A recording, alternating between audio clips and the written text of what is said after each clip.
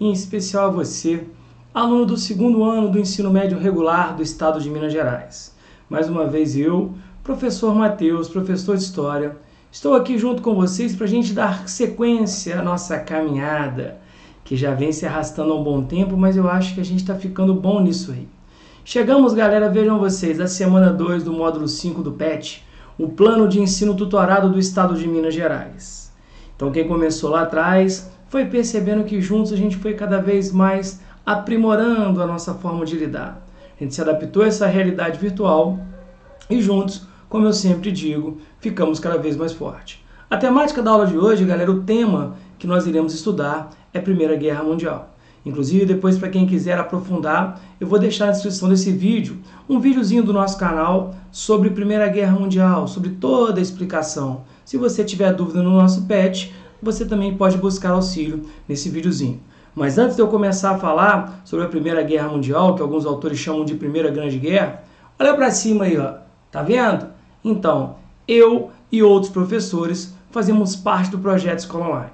Para quem não conhece, galera, vejam vocês. O Projeto Escola Online você vai encontrar em várias mídias sociais, como é o caso do Facebook, como é o caso do Twitter. Agora no Instagram eu tenho sempre falado com vocês que a gente tem ficado cada vez mais dinâmico em disponibilizar a questão das aulas. Você tem quiz, muita coisa, se inscreve. E aqui, claro, no YouTube. No YouTube, onde a gente fica cada vez mais o quê? Mais preparado para criar aulas de qualidade para vocês. E você vai encontrar não só história, não só resolução do PET, mas várias outras disciplinas. Beleza, galera? Então, se você ainda não se inscreveu no YouTube, no nosso canal, aproveita, vai lá, se inscreve, ativa as notificações, dá aquele like maneiro que ajuda demais. E para a gente começar a falar de Primeira Guerra Mundial, vamos fazer o que é de praxe? Vamos fazer o seguinte, vamos rodar aquela vinheta? Roda a vinheta!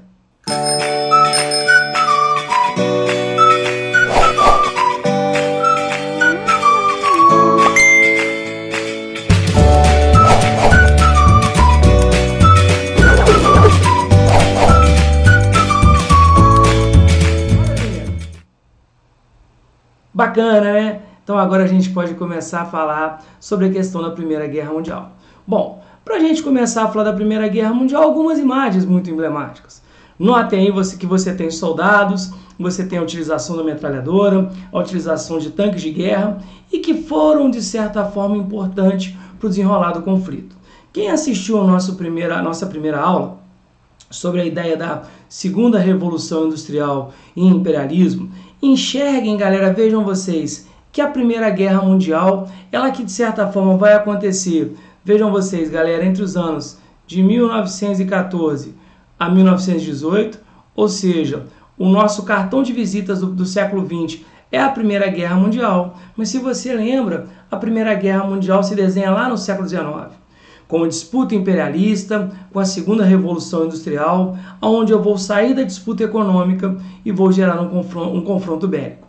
Perfeito? Vamos lá. A Primeira Guerra Mundial, provocada pelas disputas nacionalistas e imperialistas, então lembra da nossa última aula? O imperialismo, África e Ásia, as unificações tardias, no contexto da Revolução Industrial, e aqui, óbvio, estou me referindo à Segunda Revolução Industrial, que potencializou a concorrência dos mercados, a disputa por territórios coloniais. Lembra, galera, quando você começa a brigar aqui pela questão de África e Ásia?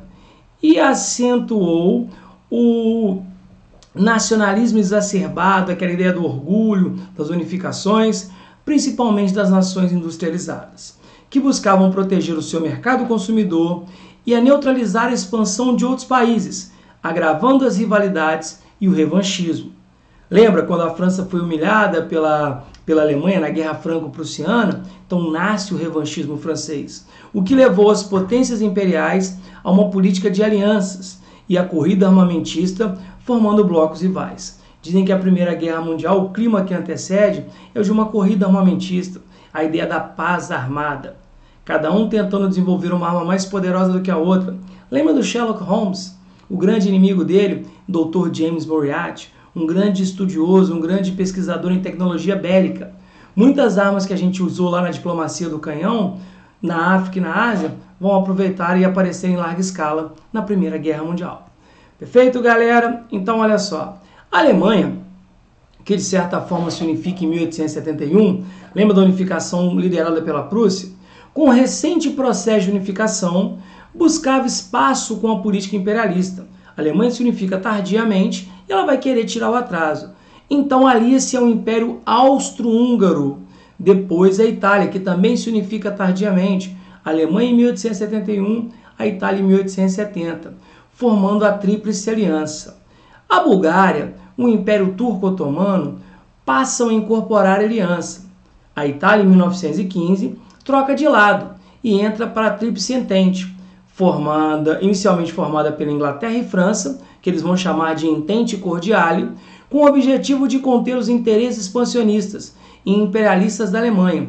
Notem que se uma Alemanha incomoda muita gente, várias Alemanhas incomodam muito mais. Eu sempre brinco, galera, que o alemão é um povo muito bacana, mas junta dois que é dominar o mundo. Se 11 fizeram 7-1 no Brasil, então o alemão ele tem essa ideia de não ser o quê? Coadjuvante. O alemão ele sempre sonhou em ser protagonista. E assim o foi na Primeira Guerra Mundial. Depois, acrescidos da Rússia, Japão, Romênia, Grécia e Itália. Em 1917, a Rússia, que começa a guerra do lado da Tríplice Entente, se retira. Lembra da Revolução Russa? E devido à Revolução Russa, e os Estados Unidos, que muito malandro, sempre entram na guerra, galera, do meio para frente. Quer aprender Primeira e Segunda Guerra Mundial? Olha como os americanos se comportam. Entrando na guerra, mais ou menos sabendo contra quem lutar, que tipo de armas eu vou usar e, claro, tendendo sempre a lutar para quem vence. Para você não esquecer, nós temos aqui a famosa ideia das tríplices. Aquele macetinho que eu sempre falo, galera, olha só. Quando você for estudar a Primeira Guerra Mundial, você vai lembrar que a Primeira Guerra Mundial é a guerra das tríplices. Então, olha só. De um lado eu tenho a Tríplice Aliança. Do outro eu tenho a Tríplice Entente. Qual é a dica que eu dou para você não esquecer, tá? Você vai lembrar que, peraí, quer aprender Primeira e Segunda Guerra Mundial? Não só enquanto os americanos, mas também acha em quem? Alemanha. Então você vê aqui, ó, Tríplice Aliança, AL, representa a Alemanha. Por quê? Se eu sei que a Alemanha está de um lado, do outro eu tenho a Inglaterra, que se sente incomodado pelo crescimento alemão, do outro eu tenho a França com espírito revanchista, e do outro eu tenho também a Rússia, que disputava território com os alemães da região dos Balcãs.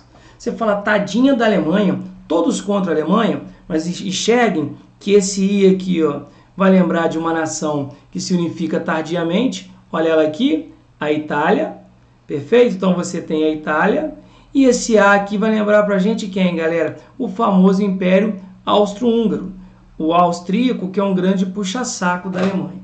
Beleza? Então você começa a entender um pouco quem está do lado de quem. Tá? Coloquei aqui para vocês entenderem as bandeirinhas da Tríplice Aliança e a Tríplice Entente, e vejam aqui no texto que depois, né? A ideia da Bulgária, Império Turco-Otomano, Rússia, Japão, Estados Unidos, mas vamos seguir o nosso barco. Bom, o nacionalismo também agrava as disputas. A Sérvia, região dos Balcãs, lembra do Petkovic, jogador sérvio? Tá, galera? Lembra do Novak Djokovic, o jogador sérvio? Desejava autonomia, mas estava sob o controle do Império Turco e Austro-Húngaro. Então a região dos Balcãs era uma região de muita disputa. Para chegar ao seu objetivo, aproximou-se dos russos, e que tinham interesses imperialistas na região, no chamado pan-eslavismo. Então os russos alegam que o povo eslavo, por isso quando você fala da Iugoslávia, que vai ser formada por Sérvia, Bósnia, Herzegovina, Croácia, Montenegro, eles vão pegar os chamados eslavos do sul. Então a Rússia, que de certa forma também teve na sua formação os eslavos, alegava juntar todos eles. Lembra dos Jogos Pan-Americanos? Todos os americanos jogando uma mesma competição? Então você queria unir esses eslavos. Mas no fundo a Rússia queria mão de obra, mercado consumidor. Só que a Alemanha também queria. A Alemanha, que de certa forma queria construir uma estrada de ferro que ligasse Berlim a Bagdá para ter acesso às áreas petrolíferas, além de se fortalecer e colocar em prática na Europa o pan-germanismo. Porque do mesmo jeito que os russos falam do pan-eslavismo, os alemães alegam que não. Os germanos também ocuparam aquela região.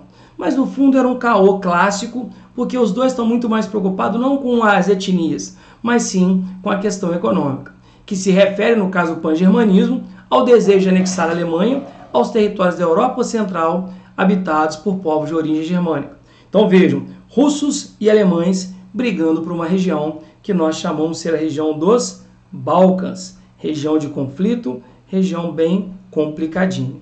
Os ingleses e franceses tinham receio às pretensões alemãs, além do revanchismo francês com a Alemanha, que a França, como a gente lembra, foi humilhada em 1870.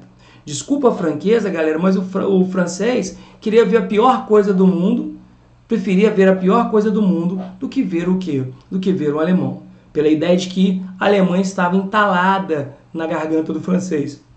Então, esse revanchismo agrava ainda mais as relações internacionais. Portanto, as nações lançam uma corrida armamentista, um querendo fazer uma arma mais poderosa que o outro, período conhecido como paz armada. Beleza, galera? Então você tem aqui um cartaz do revanchismo, da vontade que os franceses tinham de se vingar da Alemanha, de tudo que aconteceu no século XIX. Galera, e aqui eu tenho um território que muita gente conhece, vocês vão lembrar lá, quem estudou no 9º ano e agora está vendo novamente no 2º, que uma das regiões que foi disputada por alemães e franceses foi a região da Alsácia-Lorena, que era um território que pertencia à França e que foi tomado pelos alemães, rico em minérios de ferro. Então, vejam que esse mapa aqui facilita o nosso entendimento, aonde você tem como fatores, olha só, o pan-eslavismo entre o pan-germanismo. Então vejam, eu tenho russos e eu tenho alemães brigando, eu tenho a ameaça da Alemanha de dominar basicamente a Europa, eu tenho a França com um sentimento revanchista. Não há como negar que um fator econômico determinante foi a disputa de mercados pelos europeus na África e na Ásia. Isso agrava, galera, vejam, o sentimento do nacionalismo. Nós temos aí, por exemplo, bandeiras da Sérvia, Bélgica, França, a Inglaterra, a Rússia, você tem o Japão, você tem Montenegro. Então o sentimento nacionalista também foi muito corriqueiro. Inclusive muita gente às vezes se confunde, mas antes de começar a Primeira Guerra Mundial, as pessoas, a sociedade civil europeia, achava a guerra uma coisa positiva. Depois eles vão assistir de camarote os horrores da guerra. Beleza? Então vamos lá, galera, dando sequência. O estopim da guerra foi detonado quando o herdeiro do trono do Império Austro-Húngaro foi assassinado na Sérvia e, consequentemente, o sistema de alianças entra em funcionamento, pois os governos que compunham as alianças declararam guerra uns aos outros. Você fala, mas espera aí, quem é assassinado? Você já deve ter ouvido falar dessa história. Nós temos aqui, galera, o herdeiro austríaco Francisco Ferdinando e a sua esposa, a princesa Sofia. Tá? No caso, a duquesa, né? Não é a princesa, a duquesa. O arquiduque e a sua duquesa. Lembrando que todo dia sai um bobo de casa. E em junho de 1914, esse aí sai, vítima de um atentado que a gente vai falar daqui a pouco. Por quê? Porque ele realmente vai visitar uma região de conflito. É como você, 2 horas da manhã, entrar numa região de perigo pedindo informações. Todo dia sai um bobo da história, Francisco Ferdinando está aí. Tá, galera? Então, para quem, na verdade, ouviu essa história, tá aqui, Francisco Ferdinando e a duquesa Sofia. Começou a guerra. Então, o assassinato do Francisco Ferdinando, ele é o estopim de todo o conflito que já vinha se desenhando. Agora, eu não quero nenhum aluno meu falando o seguinte, que a culpa é só dele. Não. Ele é o tapa na cara de uma briga que já estava para começar. Então a guerra começa, a primeira fase, que é de 1914 a 1915, eles vão chamar a fase da Guerra do Movimento. Quando então você começa a entender quem são seus inimigos.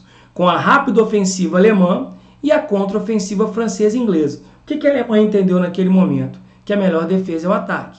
Então eu sei quem são os meus inimigos, eu vou partir com o peito no pé. Tá? Ou melhor, com o pé no peito. Com o peito no pé é foda, né? Porque senão você vai inverter a nossa guerra. Marcada com euforia por parte da população. É o que eu acabei de falar. Geral achava que a guerra seria positiva, mas que durou por pouco tempo, pois não tinham consciência do poder de destruição dos novos armamentos industriais. O entusiasmo logo foi transformado em desespero, de uma guerra que matou e destruiu milhões. Calculos de 14, já ouvi falar em 18 milhões de mortos. É realmente uma guerra muito pesada. Então o início, que vem com aquela euforia, quando as pessoas enxergam que tem muita gente com arma guardada, o bicho vai pegar. Por isso que aí a gente chega na segunda fase. A segunda fase é uma fase, galera, que você vai conhecer como o nome que é dado à Primeira Guerra Mundial, que é a Guerra de Trincheiras. Quando então você começa a entender o seu inimigo e os ataques estão cada vez mais corriqueiros e é um momento onde você tem mortes pra caramba. De 1915 a 1917, as trincheiras, para quem já viu, você tem o exemplo de trincheira para você sair da linha de combate. Aqui eu tenho outra imagem mostrando para vocês a forma de você se locomover, tá? E aí, galera, de repente, com a guerra mais equilibrada, alguns fatores começam a mudar a história. Como nós vimos, primeira coisa, a Itália, que entra do lado da Tríplice Aliança com promessas de benefício, ela muda de lado, e bem feito, porque ela trai quem deu a ela confiança e depois ela toma ferro. Depois vocês vão ver que, de certa forma, a gente entende por que o fascismo na Itália ganha força. Porque a Itália começa de um lado e sai do outro. Outra coisa, a Rússia, que vivia problemas internos gravíssimos, acaba se retirando, que vai acabar por culminar na Revolução Russa, beleza? E os americanos, até hoje uma história muito mal contada, que um transatlântico norte-americano chamado Louisiana, ele foi afundado em águas próximos da Alemanha, e aí se discute quem foi que afundou ou não. O fato é que os americanos entram na guerra num momento crucial, sabendo contra quem lutar. Então a terceira fase, com a saída da Rússia e a entrada dos Estados Unidos, vamos lembrar que os americanos entram antes do que a Rússia saia, inicia-se uma nova guerra de movimento, porque todos contra a Alemanha, onde a Alemanha concentra suas tropas na frente ocidental. E a Tríplice Entente lança uma ofensiva e, ao mesmo tempo, uma revolução popular na Alemanha, porque nem todos os alemães estavam satisfeitos. Com isso, galera, a Alemanha lutando em frentes e a sociedade civil alemã, parte dela não concordando, isso acaba fazendo com que, então, o chefe de Estado alemão, Guilherme II, venha renunciar e o novo governo que vai assumir, que vai implementar a tal República de Weimar, assina um tratado de paz, um armistício, coloca fim à Primeira Guerra, com a rendição alemã e a Alemanha sendo uma grande culpada. Beleza? Então, galera, enxergue o seguinte, quem é o grande beneficiado? Você vai entrar na guerra do meio para frente, destruindo a Europa, e depois você ajuda a Europa a se reconstruir. Quem é o grande culpado? E acaba levando a culpa, eu acho até exagerada, foram os alemães. Mas é uma discussão que a gente faz depois. Beleza? Depois, se vocês quiserem, como eu falei, vou botar a descrição do vídeo aqui da minha aulinha de Primeira Guerra Mundial, com detalhes, para quem curte, fique à vontade. Mas vamos ver o que o Pet colocou pra gente. Vamos lá, galera. Agora que você já aprendeu sobre a Primeira Guerra Mundial, responda as perguntas de acordo com o texto. O que a gente viu, um resumo, e se você quiser, tem lá um complemento. Galera, o que provocou a Primeira Guerra Mundial, ou Primeira Grande Guerra? Como eu disse, galera, a Primeira Guerra Mundial, que se quer deflagrada em 1914, ela já vem lá do século XIX.